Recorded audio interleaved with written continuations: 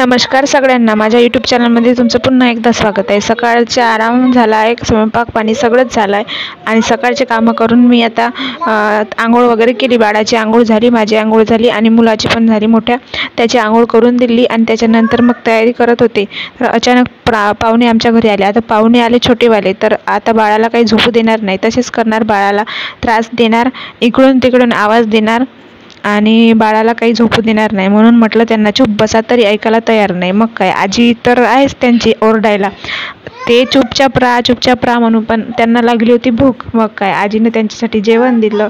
आजीला आपले नातू पाहून खूपच म्हणजे लाड येत होता, तर ती आजी, अरे बापरे लाडू, इकडे ये बाई, इकडे ये बाई, इतकी त्यांना आवाज देत होती।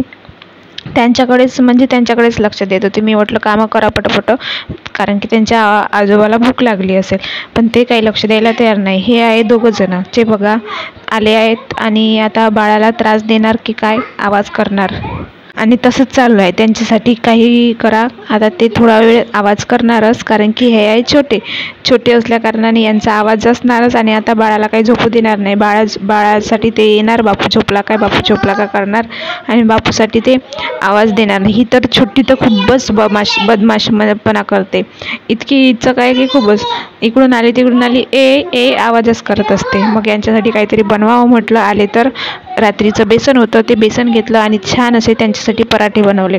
पराठे बनवता बनवता त्यांना असे म्हणत होते, मोठी आई माझ्यासाठी, मोठी आई म्हणतात मला, बडी मम्मी वगैरे काही म्हणत नाही, मोठी आई म्हणतात आणि माझ्याकडे येतात। मी रागावली किंवा काही म्हटलं तरी ते येतात आणि मोठी आई करत माझ्यासोबत खेळतात। आता ते खेळून राहिले, त्यांचं खेळणं चालू आहे, पण मी त्यांच्यासाठी पराठे बनवले। त्यांना खूप म्हणजे छान वाटलं आणि त्यांनी मिळून सगळ्यांना खाण्याचं ठरवलं। तर केव्हा बनवते पराठे, आंघोळ वगैरे झाली आणि त्याच्यानंतर मग मी पराठे बनवून चालू केले।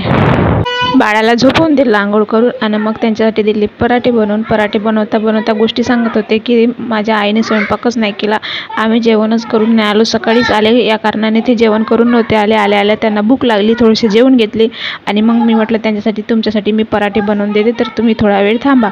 मग त्यांना वाटलं की खरंच आमच्यासाठी काहीतरी नवीन बनवत आहे, म्हणून म्हटलं पराठे खाऊन घ्या आणि मस्त आराम करा। आराम तर करणार नाही, आता दिवसभर काय करणार आहे त्यांना माहीत, म्हणून म्हटलं चला।